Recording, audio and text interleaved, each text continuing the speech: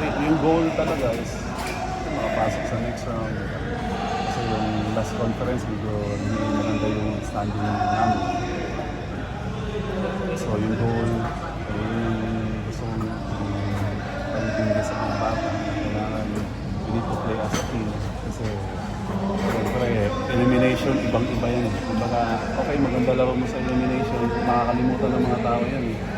Pero pag pumapasok ka ng semis, finals, doon nakatutok sa iyo yung mga tao. Kung gusto mong gumawa ng name sa PBA, gusto mong magkaroon ng reputation sa PBA, diyan tayo sa semis at saka sa finals.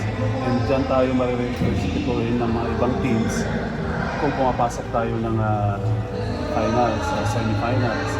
Kasi ngayon sa Blackwater, hindi pa kami pumapasok ng semis, no?